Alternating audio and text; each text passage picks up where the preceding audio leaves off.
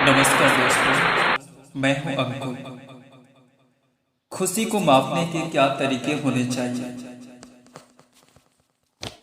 किसी सर्वेक्षण में 2000 लोगों के द्वारा कही गई बातों के आधार पर 1 अरब 40 करोड़ लोगों वाले देश के बारे में निर्णय ले लिए जाते हैं। चेहरों पर मुस्कान और रिश्तों में प्यार। मैं हैप्पीनेस रिपोर्ट बनाने वालों के सुझाव पर अपनी बात रख रहा हूँ। वो भारत आए और यहाँ के लोगों के चेहरों पर मुस्कान और उनके बीच मौजूद प्यार को देखें और सोचें कि क्या उन्हें अपनी रिपोर्ट पर फिर से काम करने की आवश्यकता है या नहीं। मैंने दुनिया को पढ़ने की कोशिश की और मैं बिना किसी तालिका और रिपोर्ट की मदद के आपको बता सकता हूं कि भारत के लोग दुनिया के सबसे ज्यादा प्रसन्न रहने वाले लोगों में से एक है। पिछले साल ग्लोबल हंगर इंडेक्स रिपोर्ट आई थी जिसने भारत को 122 देशों में 122 देशों में से 107वें क्रम में रखा। हंगर इंडेक्स में भारत को उत्तर Korea, Ethiopia, Sudan, Rwanda, Nigeria और कांगो से भी पीछे।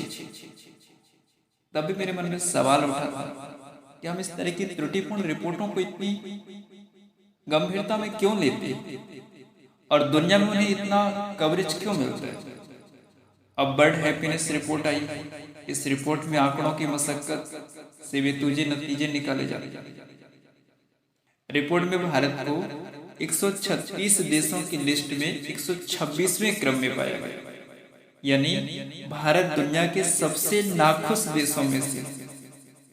रिपोर्ट के मुताबिक युद्धों, अंदरूनी टकरावों की मार झेल रहे या लगभग दिवालिया हो चुके यूक्रेन, इराक, बुर्किना फासो, फिलिस्तीन, म्यांमार, बांग्लादेश, श्रीलंका और पाकिस्तान जैसे देश भारत से अधिक प्रसन्न हैं।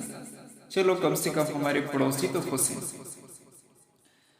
वर्ल्ड हैप्पीनेस रिपोर्ट को संयुक्त राष्ट्र द्वारा समर्थित एक एनजीओ ने जारी किया है और जिसका नाम है सस्टेनेबल डेवलपमेंट सॉल्यूशंस नेटवर्क। कितना भला नाम है। ये एक छोटी सी संस्था है जिसका सालाना राजस्व $11 मिलियन है और इसमें भी अधिकतर हिस्सा अनुदानों से प्राप्त होता है, चंदा जोड़ जोड़। उसके द्वारा जारी रिपोर्ट एक पीडीएफ डॉक्यूमेंट है जिसमें 3 ऐसी चीजें हैं जो इस तरह के रिपोर्ट्स के लिए जरूरी माने जाते हैं। पहला, ये रंगी बिरंगी, इसका आकलन बहुत सुंदरता से होता है। दूसरा, इसमें बहुत सारे आंकड़े और तालिकाएं हैं। ऐसा दिखाया जाता है ताकि देखने वालों को लगे कि ये काफी पढ़े लिखे लोगों की तरह बनाया गया। रिग्रेशन को इनफिशिएंट जैसे शब्दों का उपयोग किया जाता है जिसे सुनकर के हमें भी लगे कि बहुत एकेडमिक चीज है जिसे हम पढ़ रहे हैं। और तीसरी, इसमें विभिन्न नस्लों, समुदाय के लोगों की बहुत सारी तस्वीरें। इस तरह की रिपोर्टों को आकर्षित करने के लिए, लोगों के जहान में लाने के लिए ऐसा किया जाता है। और कुछ इसकी गाइडलाइन होती है। गाइडलाइन जो मुझे जानकारी है, एक वे किसी परिवार की तस्वीरें लेते हैं, उनमें किसी महिला, बच्चों को साथ दिखाते हैं। चित्रों को दिखाने वाले लोग गरीब होते हैं, इसके बावजूद उनके चेहरों पर मुस्कुराहट होती है। तो 3 चित्रों में से किसी विकासशील देश के लोग गांव में खड़े दिखाए जाने चाहिए जिनके पास उनकी फसलें या मवेशी हों, और 4 तस्वीरों के साथ एक वर्चुअल सिग्नलिंग वाला उदाहरण होना चाहिए जिसमें एक बेहतर दुनिया के निर्माण की कामना की गई। वर्ल्ड हैप्पीनेस रिपोर्ट में सब बातें हैं और ये हर देश में प्रसन्नता के स्तरों को मापने और उसे रैंकिंग देने का दावा भी करता है।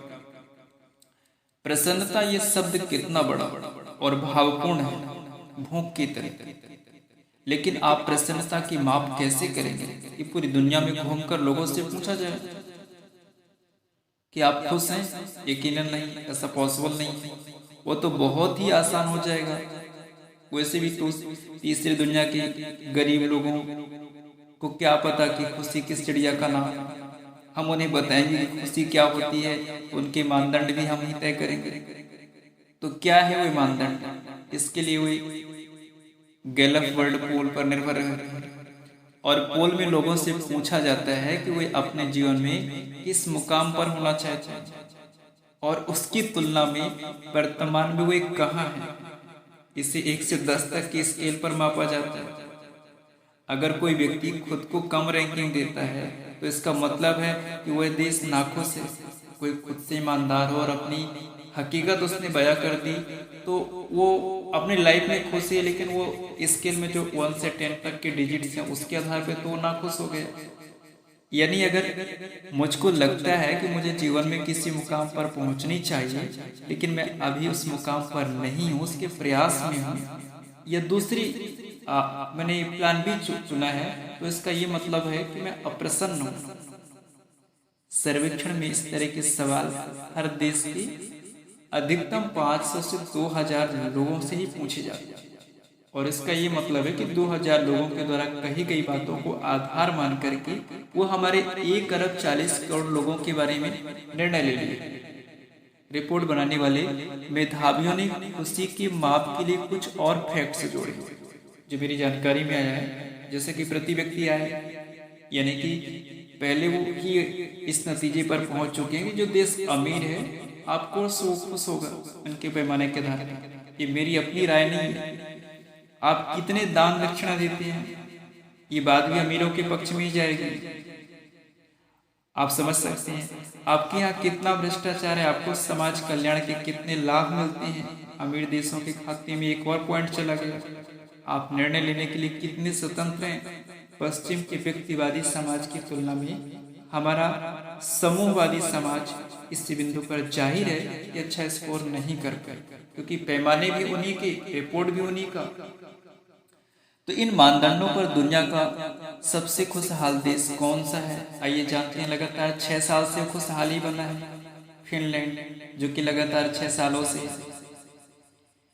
और यह देश उत्तरी ध्रुव के निकट है, और इसके कुछ स्थानों पर सर्दियों में तापमान 0 से 40 डिग्री नीचे चला जाता है।